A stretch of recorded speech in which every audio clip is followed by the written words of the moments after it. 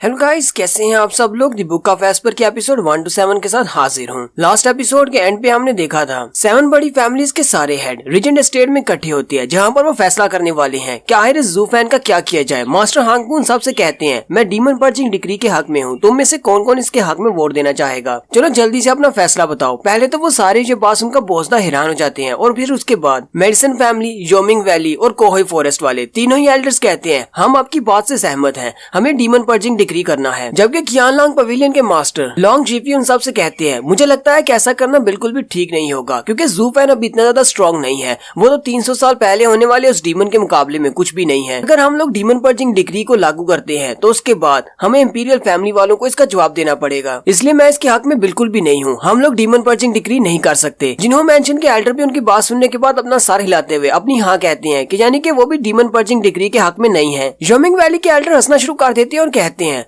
मुझे तो ये बात पहले से पता थी कि तुम कभी भी इस बात के लिए रजामंद नहीं होगे, क्योंकि वो लड़का तुम्हारी साइड पर है, तुम लोग उसके साथ एक अलायंस में हो, इसलिए तुम लोग नहीं चाहते कि वो लड़का मारा जाए। मास्टर लॉन्ग जीपी चिल्लाकर उसे कहते हैं, अपनी बकवास बंद करो। जब तुम्हारे दो एल्डर्स हमारे कियानलांग पवेलियन में मारे गए थे, तब हमें इस बारे में पता भी नहीं था कि ज़ू-फैन क्या है और वो क्या कर सकता है। अगर हम लोग तुम्हें उस दिन बताते कि हम लोगों ने तुम्हारे एल्डर्स को नहीं मारा और इस लड़के ने मारा है, तो तुम लोग हमारी बात पर कभी भी भरोसा नहीं करते। क्यों ना हम दोनों यहीं पर फाइट करके इस सारे मसले को सेटल कर लें, क्योंकि तुम सब लोग सारा इल्जाम हमारे ऊपर डाल रहे हो, हमारा उस लड़के के साथ कोई भी ताल्लुक नहीं है। मास्टर वैन चैन उसे कहते हैं, क्या तुम्हें मैं कोई बच्चा नजर आता हूँ? क्या तुम्हें लगता है कि तुम मुझे बेवकूफ बना सकते हो? वो लड़का तुम्हारे कियानलांग पवेलियन में रहता है, कियानलांग पवेलियन की प्रोटेक्शन में। इसके बावजूद तुम मुझे कह रही हो कि तुम्हें नहीं पता कि वो लड़का तुम्हारे साथ अलायंस में है या नहीं। मास्टर लॉन्ग जीपी हंसते हुए कहते हैं, जब तुम्हें अच्छी तरह से पता है कि वो लड़का हमारी डोमेन में रहता है, तो फिर तुमने अपने एल्डर्स को वहाँ पर क्यों भेजा था? क्या तुमने उन सबको मरवाने के लिए वहाँ पर भेजा था? मास्टर वैन चैन भी उसकी बात सुनकर बहुत ज्यादा गुस्सा हो जाते हैं और चिल्लाकर उसे गाली देते हैं, जबकि मास्टर लॉन्ग जीपी भी बहुत ज्यादा गुस्सा हो जाते हैं। दोनों ही अपनी पावर्स को रिलीज करते हैं। उसी वक्त मास्टर हांगपो भी अपनी पावर्स को रिलीज करते हैं और कहते हैं, तुम दोनों शांत हो जाओ। मास्टर हांगपो की पावर इतनी ज्यादा होती है कि वो दोनों ही बहुत ज्यादा घबरा जाते हैं। मास्टर हांगपो उन दोनों से कहते हैं, तुम लोग रिजेंट स्टेट में हो, इसलिए जरा मैनर्स के साथ पेश आओ। जबकि मास्टर लॉन्ग जीपी ये सोच रहे होते हैं,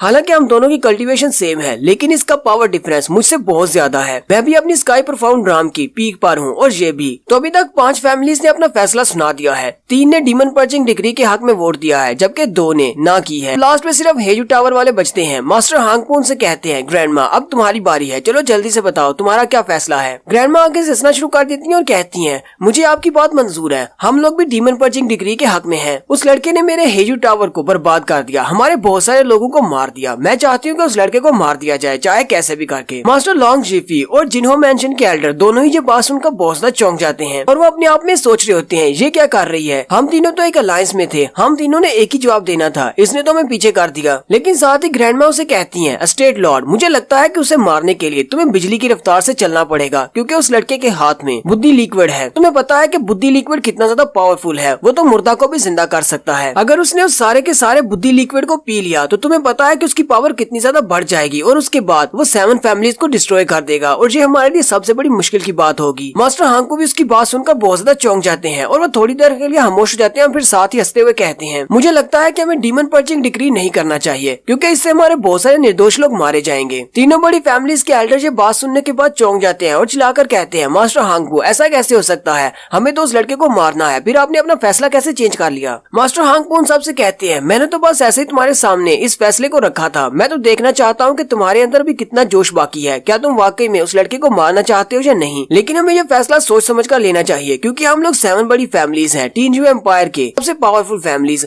हम ही अगर लोगों को मारना शुरू कर देंगे तो फिर लोगों को प्रोटेक्ट कौन करेगा? इससे तो हमारी बहुत ज्यादा बेइज्जती हो जाएगी। पूरे के पूरे एम्पायर में लोग हमें नीचा देखना शुरू कर देंगे, क्योंकि सिर्फ एक लड़के को मारने के लिए हम किसी पूरे के पूरे गांव को डिस्ट्रॉय नहीं कर सकते। मास्टर हांगपो उन सबसे कहते हैं, अभी काफी ज्यादा देर हो चुकी है, तुम सब लोग अपने अपने गेस्ट हाउसेज में जाकर रेस्ट करो, हम लोग कल इस बारे में फिर से डिस्कस करेंगे। फिर वो सारे लोग वहाँ से उठकर चले जाते हैं। उनके जाने के बाद मास्टर हांगपो कहते हैं, मिस्टर लैंग, ये बूढ़ी खूसर फिर से वापस आ गई है और अपनी ओल्ड ट्रिक्स को चल रही है। मिस्टर लैंग कहते हैं, ये औरत काफी ज्यादा समझदार है, इसने आपकी बात को सुनते ही आपका मकसद समझ लिया और इसी वजह से आपके सामने ये बात रखी ताकि हम लोग अपने इस डीमन पर्चिंग डिक्री के फैसले को रद्द कर दें। मुझे लगता है कि इस औरत के साथ डील करना काफी ज्यादा मुश्किल हो जाएगा, क्योंकि ये काफी ज्यादा समझदार है। मिस्टर लैंग उनसे कहते हैं, जहाँ से मैं इसको देख रहा हूँ, मुझे लगता है कि हेजू टावर 7 बड़ी फैमिलीज में सबसे ज्यादा वीकेस्ट फैमिली है, लेकिन अगर बात की जाए चू बाईजुन की तो ये सबसे ज्यादा स्ट्रॉन्ग है, क्योंकि ये औरत अपनी स्ट्रेंथ में और अपने दिमाग में दोनों में ही काफी ज्यादा अच्छी है। कियानलांग पवेलियन और जिन्हो मैंशन वाले दोनों एल्डर्स अगर मिलकर भी काम करेंगे तो भी ये औरत उन पर भारी है। मास्टर हांगपू कहते हैं चलो फिर ठीक है, हमें पता चल चुका है कि हमारे खिलाफ कौन है। हेजू टावर को फिलहाल के लिए छोड़ देते हैं क्योंकि ये बूढ़ी खूसट वापस आ गई है। हम लोग पहले कियानलांग पवेलियन और जिन्हो मैंशन वालों का कुछ करते हैं। वो तीनों फैमिलीज वाले जब वहाँ से चले जाते हैं तो उनके जाने के बाद मेडिसन फैमिली, कोहोई फॉरेस्ट और जोमिंग वैली वाले वहाँ पर आते हैं। मिस्टर लैंग उन सबसे कहते हैं मुझे पता है कि तुम सब लोग कौन सी बात सुनने के लिए यहाँ पर खड़े हो। तुम सब लोगों को इस बारे में परेशान होने की जरूरत नहीं है। हमें अपना फैसला चेंज करना पड़ा क्योंकि हमें मौके की नजाकत के हिसाब से फैसला लेना था। तुम सब लोगों ने देखा ना कि उस बूढ़ी खूसट ने यहाँ पर कौन सी बात कर दी। तुम सब लोग बिल्कुल भी टेंशन न लो, जैसा सोचा गया है वैसा ही होगा। हम लोग जू फैन को जरूर मारेंगे। यू वेनचैन उनसे कहते हैं मिस्टर लैंग आप तो वाकई में बहुत ज्यादा समझदार हैं। आपने सिर्फ हमारे चेहरों की तरफ देखकर ही ये बात जान ली कि हम लोग यहाँ पर किस लिए आए हैं। मिस्टर लैंग उसे कहते हैं आप तो बहुत ज्यादा काइंड है जो आप मेरे बारे में इस तरह की राय रखते हैं, लेकिन मैं इतना भी ज्यादा समझदार नहीं हूँ। यू वेनचैन उन सबसे कहते हैं मास्टर लैंग, मास्टर हांगपू, हम लोग इस लड़के से निजात कैसे हासिल करेंगे, हम उस लड़के को कैसे मारेंगे। मास्टर हांगपू उसकी बात सुनने के बाद हंसना शुरू कर देते हैं और कहते हैं एक छोटे से पपी ने तुम्हें इतना ज्यादा डरा दिया है कि तुम्हारी टांगे भी कांप रही हैं। इस तरह डर के मारे कांपना बंद करो। इसकी वजह से, तुम्हारी वजह से हमारी 7 बड़ी फैमिलीज के नाम के ऊपर धब्बा लग रहा है। मास्टर लैंग उन सबसे कहते हैं तुम सब लोगों को परेशान होने की जरूरत नहीं। तुम सब लोगों को ये बात पहले से पता है कि हम लोगों ने अपनी एक टीम को वहाँ पर भेजा हुआ है जू फैन को मारने के लिए, और अगर वो हमारे सारे एल्डर्स को मार देता है तो उसके बाद डीमन पर्चिंग डिक्री को लागू करने के लिए हमारे पास एक और नया मौका मिल जाएगा। मास्टर हांगपू उन सबसे कहते हैं हम लोग इस लड़के को तो मारना चाहते हैं, लेकिन उसके अलावा डीमन पर्चिंग डिक्री का मकसद एक और भी है। मिस्टर लैंग उन सबसे कहते हैं मैं उस लड़के को अच्छी तरह से जानता तो नहीं क्योंकि मैंने उस लड़के को ना ही देखा है और ना ही फाइट करते हुए देखा है, लेकिन हमारी 3 बड़ी फैमिलीज ने अपने 2-2 एल्डर्स की जोड़े को वहाँ पर उसे मारने के लिए भेजा है और हमें लगता है कि हमारी सक्सेस रेट 90% है। 90% तक चांसेस हैं कि वो सारे एल्डर्स जू फैन को मार देंगे। और साथ ही मिस्टर लैंग कहते हैं पहले जो चांसेस 90% थे अब वो पूरे 100% हो चुके हैं। मास्टर हांगपू भी इसकी बात सुनकर हैरान हो जाते हैं और कहते हैं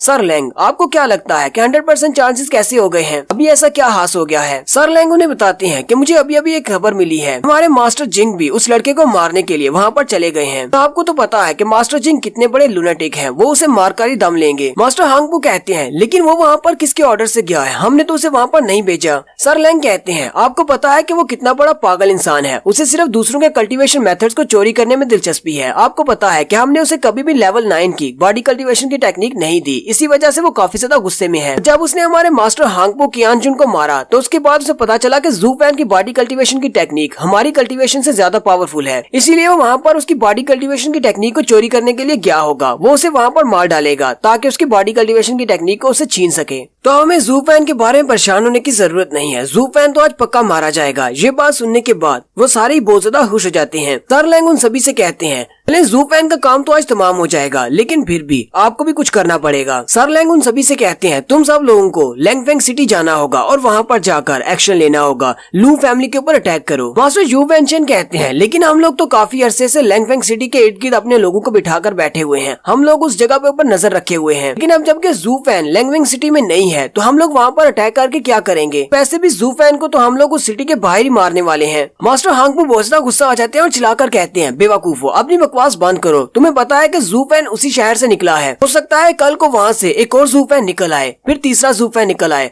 हो सकता है वहाँ से 10 जू फैन निकल आए, इसलिए हमें उस पूरी जगह को मुकम्मल तौर पर डिस्ट्रॉय करना होगा। हमारे डीमन पर्चिंग डिक्री का मकसद सिर्फ जू फैन को मारना नहीं बल्कि उस पूरे के पूरे सिटी को डिस्ट्रॉय करना है। और साथ ही वो अपनी पावर्स को रिलीज करते हुए उन सब से कहते हैं तुम सब लोग मेरे इस काम को करोगे या नहीं। वो सारे लोग बहुत ज्यादा घबरा जाते हैं। फिर वो तीनों फैमिलीज के एल्डर्स बाहर आ जाते हैं। मास्टर यू वेनचेन बहुत ज्यादा गुस्से में होते हैं और कहती हैं रीजन स्टेट वालों को क्या लगता है कि हम लोग उनके कोई मैसेंजर्स हैं, ये लोग हमें बलि का बकरा बना रहे हैं, ये लोग चाहते हैं कि हम लोग वहाँ पर जाकर एक्शन लें, जबकि एम्परर ने हमें वहाँ पर जाने से मना किया हुआ है। मेडिसन फैमिली के एल्डर कहते हैं हाँ मैं बहुत अच्छी तरह से समझता हूँ कि हमें एम्परर ने वहाँ पर जाने से मना किया है, रीजेंट स्टेट वाले हमें वहाँ पर भेजना चाहते हैं ताकि उन्हें पता चल सके इंपीरियल फैमिली की लिमिट कहाँ तक है, कि इंपीरियल फैमिली वाले हमें रोकने के लिए कहाँ तक जा सकते हैं, इसलिए तो रीजेंट स्टेट वाले वहाँ पर खुद नहीं जा रहे, हमें वहाँ पर भेज रहे हैं। कोहोई फॉरेस्ट के एल्डर उन सब से कहते हैं लेकिन अब हम लोग क्या करेंगे, अगर हम लोग वहाँ पर जाते हैं तो इंपीरियल फैमिली वाले हमसे नाराज हो जाएंगे, हमें इंपीरियल फैमिली का सामना करना पड़ेगा, और अगर हम लोग वहाँ पर नहीं जाते तो रीजेंट स्टेट वाले हमसे गुस्सा हो जाएंगे और और हमें मास्टर हांगपू का सामना करना पड़ेगा। इन दोनों में से कौन सी चॉइस ज्यादा बेहतर है? तीनों ही बड़े एल्डर्स काफी ज्यादा गुस्से में होते हैं, उन्हें कुछ भी समझ नहीं आ रही होती कि वो लोग क्या करें।